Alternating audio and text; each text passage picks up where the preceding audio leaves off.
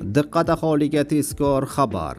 O'zbekistonda 20 million so'm maosh olayotganlar ma'lum qilindi.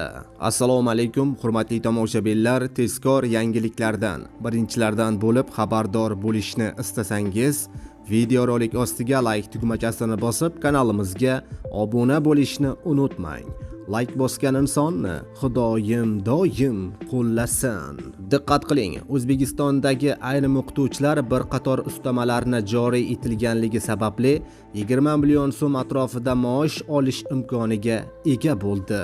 Xususan, Surxondaryoda ayni paytda $2000 ortiq oladigan 11 nafar o'qituvchi bor. Bu haqida viloyat ta'lim boshqarmasi boshlig'i 15-may kuni bo'lib o'tgan video selektor yig'ilishida prezidentga ma'lum qildi, deyiladi xabarda.